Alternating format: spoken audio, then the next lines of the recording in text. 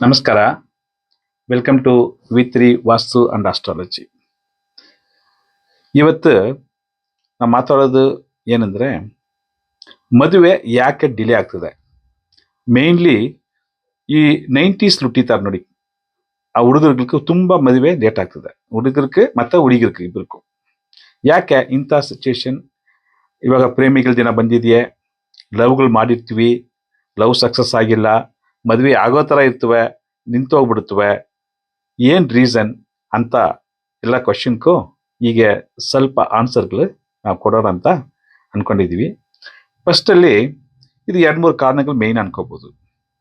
First ಏನು ಕಾರಣ ಅಂದರೆ, ಒಬ್ಬೊಬ್ಬರು ಇರ್ತಾರೆ ನೋಡಿ, ಅವ್ರ ಮನೇಲಿ ಇರ್ತಾರೆ, ಅಪ್ಪ ಅಮ್ಮನೇ ಫಸ್ಟ್ ಕಾರಣ ಆಗಿರ್ತಾರೆ. ಯಾಕಂದರೆ ಯಾರ ಜಾತಕದಲ್ಲಿ ಸೂರ್ಯ ಮತ್ತು ಚಂದ್ರ ಒಳ್ಳೆ ಉಚ್ಚ ಸ್ಥಾನ ಇರ್ತವೋ, ಅವ್ರ ಜಾತಕದಲ್ಲಿ ಈ ಮದುವೆ ವಿಷಯ ಅವ್ರ ಸ್ಟ್ಯಾಟಸ್ ನೋಡ್ಕೊಂಡೇ ಡಿಲೇ ಮಾಡ್ಕೊಳ್ತಾರೆ. ಏನು, ನಮ್ಗೆ ಹಿಂಗೆ ಇರಬೇಕು, ಹೀಗೆ ಇರಬೇಕು, ಇಂಥ ಸ್ಟ್ಯಾಟಸ್ ಇರಬೇಕು, ವೆಲ್ತ್ ಅವ್ರದ್ದು ಹುಡುಗಿ ಕಡೆ ಇಷ್ಟೊಂದು ಪ್ರಾಪರ್ಟಿ ಬರಬೇಕು ಅಂತ ವಿಷಯ ಎಕ್ಸ್ಪೆಕ್ಟ್ ಮಾಡೋದು. ಏನಂದ್ರೆ, ಈ ಸೂರ್ಯ ಮತ್ತು ಚಂದ್ರ ಜಾತಕದಲ್ಲಿ ಯಾರ್ಕು ಎಕ್ಸಾಲ್ಟರ್ ಪೊಸಿಷನ್, ಅದೇ ಉಚ್ಚ ಸ್ಥಾನ ಇರ್ತೀವಲ್ವಾ, ಅಂತ ಪೊಸಿಷನ್ ಇರೋಕೆ ಇದು ಫಸ್ಟ್ ಕಾರಣ. ಎರಡನೇ ಕಾರಣ ಏನಂದ್ರೆ, ಈ ಆಸ್ಟ್ರಾಲಜಿನೂ ಹೇಳ್ಕೋಬಹುದು. ಆಸ್ಟ್ರಾಲಜಿ ಏನ್ ಮಾಡ್ತಂದ್ರೆ, ಓನ್ಲಿ 10 ಕೂಟ ನೋಡಿದ್ರೆ ಸಾಕು, ಅದರಲ್ಲಿ ಅದು ಬಂದಿಲ್ಲ ಇದು ಬಂದಿಲ್ಲ ಅಂತ 10 ಕೂಟಕ್ಕೆ 4 ಬಂದಿದೆ 3 ಬಂದಿದೆ ಅಂತ ಹೇಳ್ಬಿಟ್ಟು ಮ್ಯಾರೇಜ್ ರಿಜೆಕ್ಟ್ ಮಾಡ್ತಾರೆ. ಅದನ್ನು ಸ್ವಲ್ಪ ಒಂದು ರೀಸನ್ ಅನ್ಕೋಬಹುದು. ಯಾಕಂದ್ರೆ ಇದು 10 ಕೂಟ ಇರ್ತಲ್ವಾ, ಮ್ಯಾರೇಜ್ ಮೇಚಿಂಗ್, ಅದು ಮಾತ್ರನೇ ಸೊಲ್ಯೂಷನ್ ಅಲ್ಲ. ಪ್ಲಾನೆಟ್ ಪೊಸಿಷನ್ ನೋಡ್ಕೊಂಡು, ಇಲ್ಲ ಜಾತಕದಲ್ಲಿ ಆ ಹುಡುಗ ಹುಡುಗಿ ಯಾವ ತರ ಗುಣಗಳು ಇರ್ತಾರೆ, ಅವ್ರಿಬ್ರಿಗೂ ಮ್ಯಾಚ್ ಮಾಡಿದರೆ ವರ್ಕೌಟ್ ಆಗುತ್ತವಾ, ಇಲ್ಲ ಈ ಫ್ಯಾಮಿಲಿ ಲೈಫ್ ಹೀಗೆ ಹೋಗುತ್ತವಾ ಅಂತ ಸ್ವಲ್ಪ ನೆಕ್ಸ್ಟ್ ಸ್ಟೆಪ್ ಹೋಗಿ ಅನಲೈಸ್ ಮಾಡೋದು ಒಂದು ರೀಸನ್. ಇದು ತುಂಬಾ ಆಸ್ಟ್ರಾಲಜಿ ಒಬ್ರು ಇಬ್ಬರ ಹತ್ರ ತೋರಿಸ್ಬಿಟ್ಟು ತಾವು ಮದುವೆಗೆ ಮುಂದುವರಿಸೋದು ಉತ್ತಮ. ಯಾಕಂದ್ರೆ ಹುಡುಗರು ಲವ್ ಮಾಡಿರ್ತಾರೆ, ಲವ್ ಮಾಡಿರೋ ಹುಡುಗರಿಗೆ ನಾವು ಈ ಜಾತಕ ಸೇರಿ ಬಂದಿಲ್ಲ ಅಂತ ನಾವು ಹೇಳ್ಕೊಂಡು ಅದು ಅವಾಯ್ಡ್ ಮಾಡೋದು ತಪ್ಪು. ಅದು ಇನ್ನೊಂದು ರೀಸನ್ಸ್ ಇದೆಯಾ, ನೆಕ್ಸ್ಟ್ ವಿಡಿಯೋಲಿ ಹೇಳ್ತೀನಿ. ಯಾಕಂದ್ರೆ ಯಾರ್ಯಾರಕ್ಕೆ ನಾವು ಮದುವೆ ಕೂಟ ನೋಡ್ಬೇಕು, ಯಾವ್ದಕ್ಕೂ ನೋಡ್ಕೋಬಾರ್ದು ಅಂತ ಒಂದು ರೀಸನ್ ಹೇಳ್ತೀವಿ. ನೆಕ್ಸ್ಟ್ ವಿಡಿಯೋ ಕಂಟಿನ್ಯೂ ಮಾಡುವ. ಆದರೆ ಲವ್ ಮ್ಯಾರೇಜ್ಗೆ, ಲವ್ ತುಂಬಾ ಸ್ಟ್ರಾಂಗ್ ಲಾಂಗ್ ಡೇಲ್ ಯಾರು ಲವ್ ಮಾಡ್ತಾ ಇದ್ದಾರೋ ಅವ್ರಿಗೆ ಮದುವೆ ಕೂಟ ವಿಚಾರದಲ್ಲಿ 1 or 2 ಪಾಯಿಂಟ್ಸ್ ನೋಡ್ಕೊಂಡು ಮುಂದುವರಿಸೋದು ಉತ್ತಮ. ಅದಕ್ಕೆ ಅಷ್ಟೊಂದು ಪ್ರಿಯಾರಿಟಿ ಕೊಡೋದಲ್ಲಿ ಸ್ವಲ್ಪ ಅವಾಯ್ಡ್ ಮಾಡಬೇಕು. ಇದು ಎರಡನೇ ಕಾರಣ. ಜಾತಕ ರೀತಿಯಾಗಿ ಇವಾಗ ಪ್ಲಾನೆಟ್ ಸ್ಥಿತಿ ಯಾವ ತರ ಇರ್ತವೋ ಅದಕ್ಕೆ ತಕ್ಕನವಾಗಿ ಯಾಕೆ ಡಿಲೇ ಆಗ್ತದೆ, ಇದು ಮೇಜರ್ ಕಾರಣ, ಇಲ್ಲ ಅಂತ ಇಲ್ಲ. ಸ್ವಲ್ಪ ಮೇಜರ್ ಪಾಯಿಂಟ್ಸ್, ಒಂದು 5-6 ಪಾಯಿಂಟ್ಸ್ ನಾನು ಹೇಳಕ್ ಇಷ್ಟಪಡ್ತೇನೆ. ಯಾಕಂದ್ರೆ ಮ್ಯಾಕ್ಸಿಮಮ್ ಡಿಲೇ ಆಗೋದು ಬಿಕಾಸ್ ಆಫ್ ಈ ಪ್ಲಾನೆಟ್ ಪೊಸಿಷನ್. ಒಬ್ಬೊಬ್ಬರ ಜಾತಕದಲ್ಲಿ, ಯಾರ ಜಾತಕದಲ್ಲಿ ಇದ್ರೂ 7ನೇ ಮನೆ ಇನ್ನು ಹೇಳೋದು ಮದುವೆ ವಿಚಾರ. ದಟ್ ಮೀನ್ಸ್ 7ನೇ ಮನೆ ಕಳತರ ಭಾವ. ಆ ಕಳತರ ಭಾವ ಕೆಟ್ಟೋಗಿದರೆ, ಅಲ್ಲ ಸ್ಟ್ರೆಂತ್ ಕಡಿಮೆ ಆಗಿದ್ರೆ ಮ್ಯಾರೇಜ್ ವಿಷಯ ಡಿಲೇ ಆಗುತ್ತವೆ. ರೈಟ್ ಸರ್, ಇದು ಮ್ಯಾರೇಜ್ ಸಂಬಂಧದ ವಿಷಯ. 2ನೇ ಮನೆಯಲ್ಲಿ ಯಾವ್ದಾದ್ರು ಪಾಪ ಗ್ರಹಗಳು ಇದ್ರೂ ಫ್ಯಾಮಿಲಿ ಸೆಟ್ ಆಗೋದು ಡಿಲೇ ಆಗ್ತದೆ. ಸೊ ತುಂಬಾ ಅಷ್ಟಾಗಿ ಏನ್ ಮಾಡ್ತಾರೆ ಅಂದ್ರೆ, 2ನೇ ಮನೆಯೇ ಕೆಟ್ಟೋಗ್ಬಿಟ್ಟಿದ್ಯೆ, ಸೊ ಅವ್ರಿಗೆ ನಾವು ಮದುವೆ ಮಾಡೋದು ಬೇಡ ಅಂತ ಯೋಚನೆ ಮಾಡ್ತಾರೆ. ಹಂಗಿಲ್ಲ.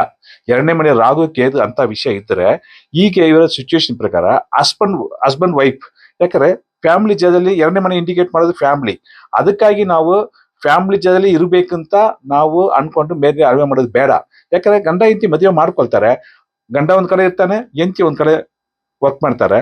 ಸೊ ಅಂತ ಟೈಮಲ್ಲಿ ಮದುವೆ 2ನೇ ಮನೆಗೆ ಅಷ್ಟೊಂದು ಪ್ರಿಯಾರಿಟಿ ಕೊಡೋದು ಸ್ವಲ್ಪ 2ನೇ ಪ್ರಿಯಾರಿಟಿಗೆ ಇಟ್ಕೋಬೇಕು. 3ನೇ ವಿಷಯ, ಎಸ್ 7th ಹೌಸ್ ಇಂಪಾರ್ಟೆಂಟ್ ಮದುವೆ ವಿಚಾರಕ್ಕೆ. 7th ಹೌಸ್ ಅಲ್ಲಿ, ಅದೇ 7ನೇ ಭಾವದಲ್ಲಿ ಯಾವ ಪ್ಲಾನೆಟ್ ಇದ್ರೆ ಡಿಲೇ ಆಗ್ತಂದ್ರೆ, ಮೇನ್ಲಿ ಡಿಲೇ ಅಂತ ಮಾತು ಬಂದ್ರೆ ಶನಿ ಮಹಾತ್ಮ. ಈ ಶನಿ ಮಹಾತ್ಮ 7ನೇ ಸ್ಥಾನದಲ್ಲಿ ಕೂತಿದ್ರೆ 100% ಮದುವೆ ಡಿಲೇ ಆಗುತ್ತವೆ. ಆದರೆ ಸ್ವಲ್ಪ ಒಳ್ಳೆ ಆಸ್ಪಿಷಿಯಸ್ ಪ್ಲಾನೆಟ್ ಹೇಳ್ತೀವಿ, ಶುಭ ಪ್ಲಾನೆಟ್ ಆದ್ರೆ ಗುರು, ಶುಕ್ರ ಅಂತ ಪ್ಲಾನೆಟ್ ದೃಷ್ಟಿ ಇದ್ರೆ ಆ ಮದುವೆ ಆಗೋ ಟೈಮೇ ಸ್ವಲ್ಪ ಪ್ರೀಪೋನ್ ಮಾಡಿ ಆ ವಿಚಾರಕ್ಕೆ ಸ್ವಲ್ಪ ಮದುವೆ ವಿಷಯಕ್ಕೆ ಸಪೋರ್ಟ್ ಮಾಡ್ತವೆ. ಇದು ಮೇನ್ ರೀಸನ್. ಏನ್ ಮಾಡ್ಕೊಳ್ಳೋಣ, 7ಲ್ಲಿ ಶನಿ ಇದೆಯಾ ಸರ್? ಹೌದು ಇದೆಯೇ. ಶನಿ 7 ಮಾತ್ರ ಕಾರಕ ಇಲ್ಲ, ಆ ಶನಿನೇ ಕುಜ ಅಥವಾ ರಾಹು ಕೇದು ಕಂಜಂಕ್ಷನ್ ಸೇರ್ಕೊಂಡು ಇದ್ರೇನು ಇಂಥ ಪ್ರಾಬ್ಲಮ್ ಇರ್ತವೆ. 7ನೇ ಮನೆಯಲ್ಲಿ ಶನಿ ಮತ್ತು ಕುಜ ಇಬ್ರು ಸೇರ್ಕೊಂಡಿದ್ರೆ ಇದು ಮದುವೆ ವಿಚಾರದಲ್ಲಿ ತುಂಬಾ ಡಿಲೇ ಆಗಿ ಬರ್ತವೆ.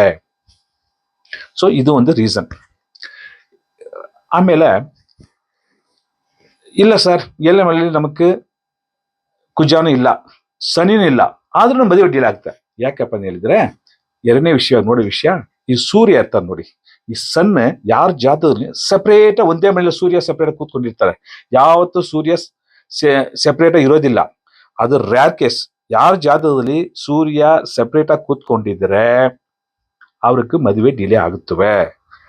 ಯಾವತ್ತೂ ಸೂರ್ಯನ ಜೊತೆಯಲ್ಲಿ ಬುಧ ಅಥವಾ ಶುಕ್ರ ಇರ್ತಾರೆ, ಯಾರ ಒಬ್ರು ಇರ್ಲೇ ಇರ್ತಾರೆ, ಅಥವಾ ಬೇರೆ ಪ್ಲಾನೆಟ್ ಸೇರ್ಕೊಂಡಿರ್ತವೆ. ಇಂಥ ಸಿಚುವೇಶನ್ ಇದ್ರೆ ಮದುವೆ ದೋಷ ಇರೋದಿಲ್ಲ. ಆದ್ರೆ ಸೂರ್ಯ ಸೆಪರೇಟ್ ಆಗಿ ಇರಬಾರ್ದು. ಇದು ಮೋಸ್ಟ್ ಆಫ್ ದ ಪೀಪಲ್ ಜಾತಕದಲ್ಲಿ ಇರೋ ವಿಚಾರ. ಇದು ಮದುವೆನ ಡಿಲೇ ಮಾಡುತ್ತವೆ. 3ನೇದಾಗಿ ನಾವ್ ಹೇಳೋ ವಿಷಯ ಏನಪ್ಪ ಅಂದ್ರೆ, ಈ ಸೂರ್ಯ ಮತ್ತು ಶುಕ್ರ ಇರ್ತಾರೆ ನೋಡಿ, ಅದು 1 ಮನೆ 2 ಮನೆ ಡಿಗ್ರಿ ವೈಸ್ ಹೇಳ್ಬೇಕಾದ್ರೆ 40ರಿಂದ 45 50 ಮೇಲೆ ಹೋಗೋದಿಲ್ಲ. ಅಂತ ಡಿಸ್ಟೆನ್ಸ್ ಅಲ್ಲಿ ಶುಕ್ರ ಇದ್ರೇನು ಮದುವೆ ಡಿಲೇ ಆಗುತ್ತವೆ. ಯಾವತ್ತೂ ಜಾತಕದಲ್ಲಿ ಸೂರ್ಯ ಸೆಪರೇಟ್ ಇರೋದು ಮದುವೆ ವಿಚಾರದಲ್ಲಿ delay delay delay. So at least ಸೂರ್ಯನೇ ಬೇರೆ ಪ್ಲಾನೆಟ್ ನೋಡ್ಬೇಕು. ಅಂತ ಸಿಚುವೇಶನ್ ಇದ್ರೆ ಸ್ವಲ್ಪ ಸ್ಟ್ರೆಂತ್ ಸಿಗ್ತವೆ, ಮದುವೆಗೆ ಸ್ವಲ್ಪ ಚಾನ್ಸಸ್ 1 or 2 years ಮುಂದೆ ಹೋಗುತ್ತವೆ. ಈ ಕಳತ್ರ ಭಾವ ಕಟ್ಟೋಗಿದೆ ಸರ್, ಬೇರೆ ಆದ್ರೂ ನಾವು ಮದುವೆ ಬೇಗ ಆಗಿದೆ ಅಂತಂದ್ರೆ ಕಳತ್ರ ಪ್ಲಾನೆಟ್ ಗ್ರಹಗಳಾದ ಹೇಳ್ಕೋಬೇಕಾಗಿರೋದು ಒಂದು ಕುಜ, ಇನ್ನೊಂದು ಶುಕ್ರ. ಈ ಕುಜ ಮತ್ತು ಶುಕ್ರ ಇಬ್ಬರು ಬೇರೆ ಬ್ಯಾಡ್ ಪ್ಲಾನೆಟ್ ಇತ್ತು ನೋಡಿ, ರಾಹು ಕೇದು ಅಂತ ಕಂಜಂಕ್ಷನ್ ಇಲ್ಲ ಇದ್ರೇನು ಬೇಗ ಮದುವೆ ಆಗುತ್ತವೆ. ಕುಜಾನು ಕೆಟ್ಟು, 7th ಭಾವನೂ ಕೆಟ್ಟು, ಆಮೇಲೆ ಶುಕ್ರನು ಕೆಟ್ಟೋಗಿದ್ರೆ ಮದುವೆ ವಿಚಾರದಲ್ಲಿ ಕ್ವಶನ್ ಮಾರ್ಕ್. ಸೊ ಆಮೇಲೆ ಇಲ್ಲ ಸರ್ ನನಗೆ ಶುಕ್ರ ಚೆನ್ನಾಗಿದ್ದಾರೆ, ಗುರು ಚೆನ್ನಾಗಿದ್ದಾರೆ, ಗುರು ಮತ್ತೆ ಶುಕ್ರ ಸೇರ್ಕೊಂಡು ಇರೋದು ಮದುವೆ ಡಿಲೇ ಮಾಡ್ತವೆ. ಯಾಕಂದ್ರೆ 2 ಪ್ಲಾನೆಟ್, ಶುಕ್ರ ಅಸುರ ಗುರು, ಗುರು ದೇವಗುರು, ಇವರಿಬ್ರು ಅವ್ರದ್ದು ಗುಣಗಳೇ ಡಿಫ್ರೆಂಟ್ ಆಗಿರ್ತವೆ. ಇಬ್ರು ಕಿತ್ತಾಡ್ಕೊಂಡು ಇಬ್ರು ಸಪೋರ್ಟ್ ಮಾಡೋದಿಲ್ಲ. ಸೊ ಇದನ್ನು ಮದುವೆಗೆ ಡಿಲೇ ಆಗಕ್ಕೆ ಒಂದೊಂದು ಪ್ಲಾನೆಟ್ ಪೊಸಿಷನ್ ಅಂತ ನಾವು ನೋಟ್ ಮಾಡ್ಕೋಬಹುದು.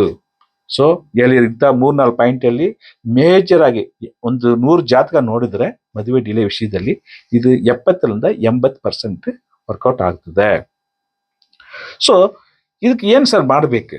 ಇದು ಹಿಂಗೆ ಇರ್ತವೆ, ಓಕೆ ಎಲ್ಲ ಇರ್ತವೆ ಅನ್ಕೊಂಡ್ರೆ ಇವತ್ತಿನ ಕಾಲಕ್ಕೆ ತಕ್ಕನವಾಗಿ ಸ್ವಲ್ಪ ರೂಲ್ ನಾವು ಥಿಂಕ್ ಮಾಡಿ ರಿಲ್ಯಾಕ್ಸೇಷನ್ ಮಾಡ್ಕೊಂಡು ಹೋದರೆ ಉತ್ತಮ.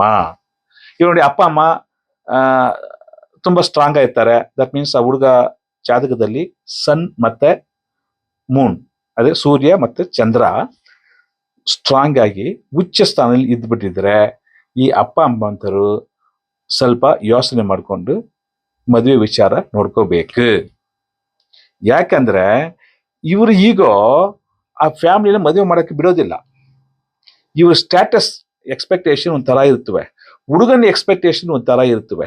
ಅದಕ್ಕೆ ಏನ್ ಮಾಡ್ಬೇಕು, ಅಪ್ಪ ಅಮ್ಮ ಸ್ವಲ್ಪ ಹುಡುಗನ ಜೊತೆ ಕೂತ್ಕೊಂಡು ಅವ್ರ ಸ್ಟ್ಯಾಟಸ್ ತಿಳ್ಕೊಂಡು ಇದು ಸ್ವಲ್ಪ ಸಮಾಧಾನ ಮಾಡ್ಕೊಳ್ಳೋದು ಒಂದು ಸೊಲ್ಯೂಷನ್ ಹೇಳ್ಕೋಬಹುದು. ಇಲ್ಲ ಸರ್ ನನಗೆ ಎಲ್ಲ ಅದನ್ನ ತೊಂದರೆ ಇಲ್ಲ, ನಮ್ದು ಪ್ಲಾನೆಟ್ ಚೆನ್ನಾಗಿದೆಯೇ, ಏನೋ ತೊಂದರೆ ಇಲ್ಲ ಹೇಳಿದ್ರೆ ಎಲ್ಲದಕ್ಕೂ ಒಂದು ಕಾರಣ ಇರ್ತವೆ. ಈ ನೀವು ಆಸ್ಟ್ರಾಲಜಿ ಹತ್ರ ಹೋಗ್ತೀರಾ, ಆಸ್ಟ್ರಾಲಜಿ ಇವಾಗಿಲ್ಲ ಆವಾಗ ಬನ್ನಿ ಸುಮ್ಮನೆ ಮಾಡ್ಕೊಳ್ತೀರಾ, ಏನಿಲ್ಲ. ಫಸ್ಟ್ ಯಾವುದು ನಿಮಗೆ ಮದುವೆ ಆಗೋ ಟೈಮ್ ಅಂತ ತಿಳ್ಕೊಳ್ಳಿ. ಮದುವೆ ಮಾಡ್ಕೊಂಡು ನೀವು ಹುಡುಗಿ ನೋಡೋದು ಉತ್ತಮ.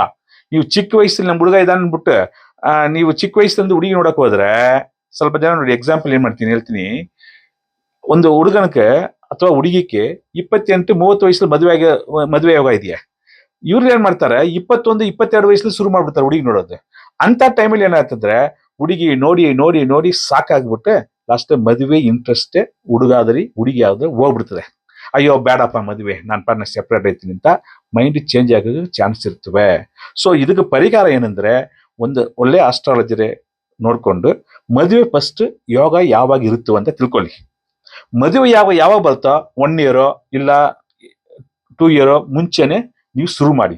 ಸುಮ್ಮನೆ ಚಿಕ್ಕ ವಯಸ್ಸಲ್ಲಿ ನೋಡ್ಕೊಂಡೆ ಊರಲ್ಲಿ ಹುಡುಗಿಯೆಲ್ಲ ಜಾತಕ ನೋಡ್ಕೊಂಡೆ ಟೈಮ್ ವೇಸ್ಟ್ ಮಾಡ್ಕೊಂಡೆ ಅದ್ ಮದುವೆ ಇಂಟ್ರೆಸ್ಟ್ ಹೋಗ್ಬಿಡ್ತವೆ. ಇದು ಒಂದು ರೀಸನ್ ಮದುವೆ ಡಿಲೇ ಆಗಕ್ಕೆ. ತುಂಬಾ ಹುಡುಗರು ಇದೆಲ್ಲ ಯಾಕಪ್ಪ ನಾನು ಸೆಪರೇಟ್ ಆಯ್ತೀನಿ, I will be happy my bachelor life ಅಂತ ಅನ್ಕೊಂಡು ಲೈಫ್ ನಡೆಸ್ತಾ ಇದ್ದಾರೆ. ಸೊ ಫೈನಲ್ ಆಗಿ ಈ ವಿಡಿಯೋ ಸ್ವಲ್ಪ ಪಾಯಿಂಟ್ಸ್ ಹೇಳಿದೀನಿ. ತುಂಬಾ ದೋಷಗಳು ಇರ್ತವೆ. ಪುನರ್ಪು ದೋಷ ಒಂದು ದೋಷಂ ಇದೆಯೇ, ಅದು ಸ್ವಲ್ಪ ರೆಮಿಡಿ ಇದೆಯಾ ಮಾಡ್ಕೋಬಹುದು. ಈ ರೆಮಿಡಿ ವಿಷಯ ಮಾಡ್ಕೊಂಡು ಮದುವೆನೆ ಫಿಕ್ಸ್ ಮಾಡಕ್ ಆಗೋದಿಲ್ಲ. ರೆಮಿಡಿ ವಿಷಯ ತಕ್ಕಣವಾಗಿ ನಾವುಗಳು ಅದು ವರ್ಕೌಟ್ ಮಾಡ್ಕೊಂಡು ಮುಂದುವರೋದು ಉತ್ತಮ. ಸೊ ಇಮ್ಮಿಡಿಯೇಟ್ ಆಗಿ ಎಲ್ರಿಗೂ ಹುಡುಗಿ ನೋಡೋದು ವಿಚಾರ ಶುರು ಮಾಡಬೇಡಿ. ಮದುವೆ ಟೈಮ್ ತಿಳ್ಕೊಳ್ಳಿ. ಗುರುಫಲ ಮಾತ್ರ ಇಂಪಾರ್ಟೆಂಟ್ ಅಲ್ಲ, ದಶಾಭುಕ್ತಿ ಸಪೋರ್ಟ್ ಮಾಡ್ಬೇಕು. ದಶಾಭುಕ್ತಿ 60-70% ಸಪೋರ್ಟ್ ಮಾಡುತ್ತೆ. ಗುರುಬಲ ಗೋಚಾರದಲ್ಲಿ ಬರುತ್ತೆ. ಈ ಗೋಚಾರ ಗುರುಬಲ ಏನಾಗ್ತಂದ್ರೆ ಮನಸ್ಸು ಕೊಡುತ್ತೆ ಅವ್ರಿಗೆ ಮದುವೆ ಮಾಡ್ಕೊಳ್ಳೋಣ ಅಂತ ಹುಡುಗನಿಗೆ ಮನಸ್ಸು ಇರ್ತವೆ, ಆದ್ರೆ ಫಿಸಿಕಲ್ ಆಗಿ ಮುಂದೆ ಹೋಗೋದಿಲ್ಲ. ಸೊ ಗುರುಬಲನೂ ಸೇರ್ಬೇಕು, ದಶಾಭುಕ್ತಿನೂ ಸಪೋರ್ಟ್ ಇರ್ಬೇಕು. ಈ ಪೀರಿಯಡ್ ಏನಿದೆ ಅಂತ ತಿಳ್ಕೊಂಡು ಒಬ್ಬೊಬ್ಬರ ಜನ 30 ವಯಸ್ಸಲ್ಲಿ ಆಗ್ತವ, 25 ಲಕ್ಷ ಆಗ್ತವ, ಇಲ್ಲ ಎರ್ಲಿ ಮ್ಯಾರೇಜ್ ಅರೌಂಡ್ 18 to 20 ಆ ರೇಂಜಲ್ಲಿ ಆಗ್ತವ ಅಂತ ನಾವು ವಿಶ್ಲೇಷಣೆ ಮಾಡಿಕೊಂಡು ಈ ತರ ಪ್ಲಾನ್ ಮಾಡೋದು ಎಲ್ರಿಗೂ ಟೈಮ್ ವೇಸ್ಟ್ ಆಗಲ್ಲ. ಮದುವೆ ಇಂಟ್ರೆಸ್ಟ್ ಆಗಿ ಏನೋ ಸ್ವಲ್ಪ ಹಂಗೆ ಹಿಂಗೆ ದೋಷ ಇದ್ರೂ ಪರಿಹಾರ ಮಾಡ್ಕೊಂಡು ಮುಂದೆ ಹೋಗ್ಬೋದು. ಪರಿಹಾರ ಅಂದ್ರೆ ದೇವಸ್ಥಾನದಲ್ಲಿ ಹೋಗಿ ತಾವು ಸರೆಂಡರ್ ಮಾಡೋದು, ಸ್ವಲ್ಪ ಹಾಗೆ ಹೀಗೆ ಡೇ ಟು ಡೇ ಲೈಫ್ ಯಾವ ತರ ಹೆಂಗೆ ಮಾಡ್ಬೇಕಂತ ಆ ದಶಾಭುಕ್ತಿ ತಕ್ಕಣವಾಗಿ ಪ್ಲಾನ್ ಮಾಡ್ಬೋದು. ಅದಕ್ಕೆ ನಾವು ಸಜೆಷನ್ ಏನಂದ್ರೆ, ಇದಕ್ಕೆ ರೀಸನ್ಸ್ ಫಾರ್ ಡಿಲೇ ಮ್ಯಾರೇಜ್ ಅಂದ್ರೆ ರೈಟ್ ಟೈಮ್ ಅಲ್ಲಿ ನೀವು ಯಾವಾಗ ಮದುವೆ ಆಗುತ್ತೆ ಅಂತ ತಿಳ್ಕೊಂಡು ಮುಂದುವರಿಸಿ. ಆಮೇಲೆ ಟೈಮ್ ಬಂದಿದ್ರೆ ಎಂತ ದೋಷ ಇದ್ರು ಆ ಟೈಮಲ್ಲಿ ನಲ್ಲಿಫೈ ಆಗಿ ಮುಂದೆ ಹೋಗ್ತಾರೆ. ಇದು ಸೀಕ್ರೆಟ್ ಆಫ್ ಮ್ಯಾರೇಜ್ ಫಿಕ್ಸೇಷನ್ ಅಷ್ಟೇ. ಆ ತರ ಮಾಡ್ಕೋಬೇಕು. ಇದೇ ಈ ರಹಸ್ಯನೇ ನೀವು ಫಾಲೋ ಅಪ್ ಮಾಡಿ ಎಲ್ರಿಗೂ ಒಳ್ಳೆಯದಾಗುತ್ತೆ. ನಮಸ್ಕಾರ. ಬೇರೆ ಬಿಟ್ಟು ಮೀಟ್